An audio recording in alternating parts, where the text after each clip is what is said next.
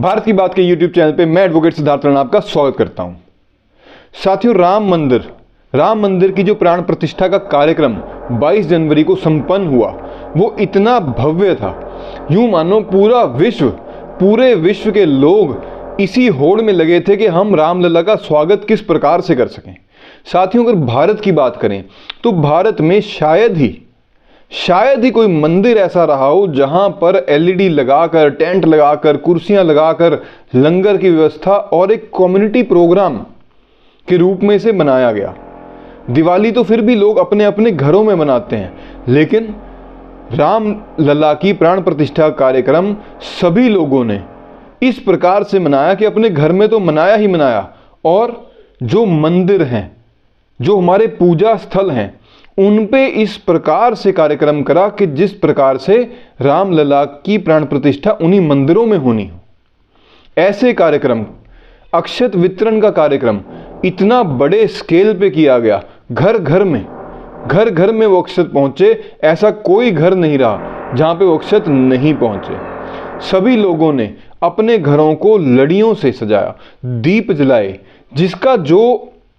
जिस हिसाब से जिसका सिस्टम बना उसने उसी प्रकार से, उससे बढ़ चढ़कर गाड़ियों पे झंडे लगाकर, लड्डू बांटकर, लंगर लगाकर, कुछ लोगों ने तो अपने घरों के बाहर ही प्रभु श्री राम की बड़ी सी एक फ्लेक्स पे एक प्रिंट बनाकर उसे लगाया, और वहां पे आने जाने वाले लोगों ने मत्था टेका, कार्यक्रम का पूरा उसका प्राण प्रतिष्ठा कार्यक्रम जो है वहां पे एंजॉय करा, कीर्तन करे, भजन गाए और राम धुन में मगन हो गए।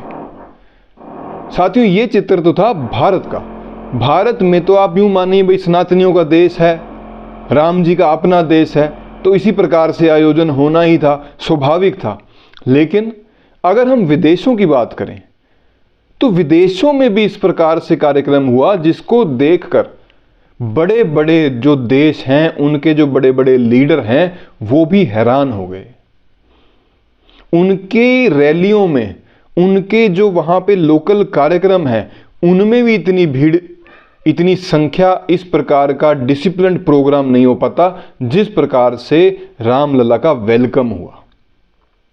साथियों, हम बात करें अगर अमेरिका की, अमेरिका में इतनी बड़ी बड़ी कार रैलीज निकाली गई, सब पे भगवा झंडे, टेस्ला कंपनी की जो गाड़ियां खड़ी करके उन पे लाइट एंड साउंड शो करा गया उनके द्वारा, और वो भी राम धुन पे।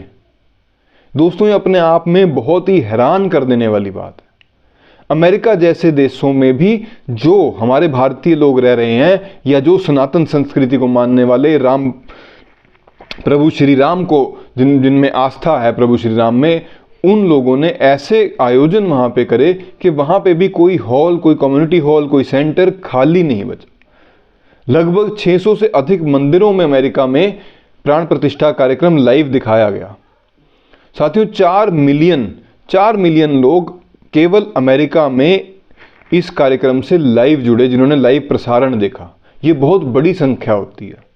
ये सब देखकर स्वाभाविक है कि जो वहां के राष्ट्रपति हैं वो भी हैरान हो चुके होंगे।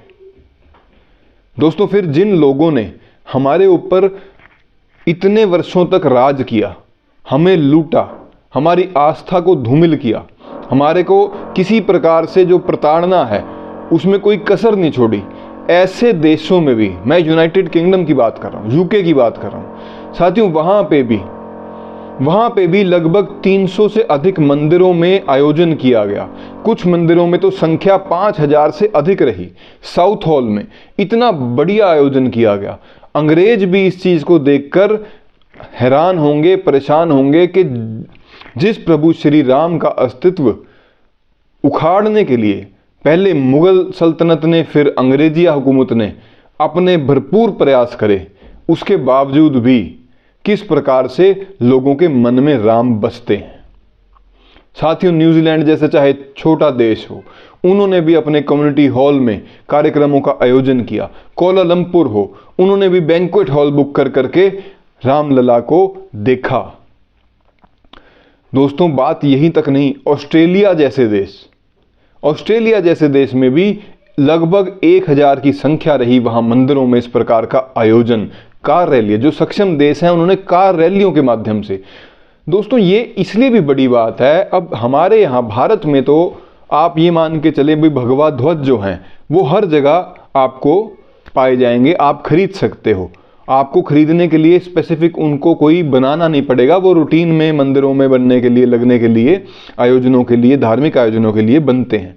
लेकिन जो ये विकसित देश हैं जहाँ पे सनातन संस्कृति का उस हिसाब से प्रभाव नहीं है, जहाँ पे हमारे लोग उस हिसाब से नहीं रहते, आप सोच के देखो कि अमेरिका जैसे देश में, ऑस्ट्रेलिया जैसे देश में अगर 5000 भगवा ध्वज चाहिए तो कितनी तैयारी उन लोगों ने उसकी कितनी देर पहले करके रखी होगी, कहाँ से वो मंगाए होंगे, नहीं मंगाए तो अपने बनाए होंगे, किस प्रकार से डंडे अरेंज करे होंगे, किस प्रकार से गाड़ियों पे झंडे लगाए जाएं, इसकी व्यवस्था, किस प्रकार से वहाँ के जो ट्रैफिक नियम हैं उनको फॉलो करते हुए, वहाँ की जो एडमिनिस्ट्रेशन प्रशासन है उनसे परमिशन लेते हुए।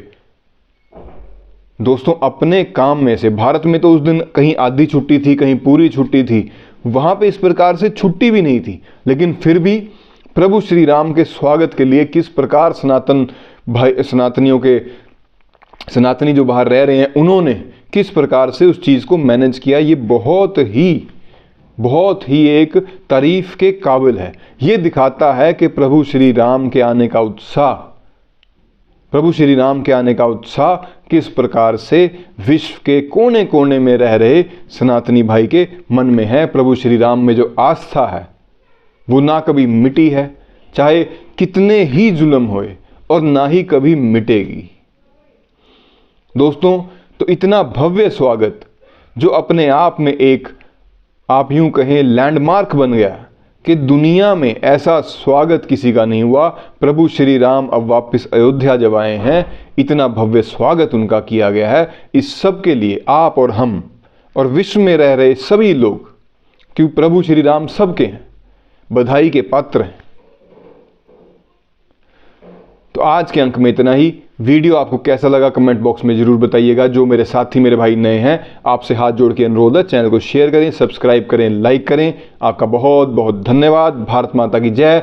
वंदे मातरम। जय श्री राम।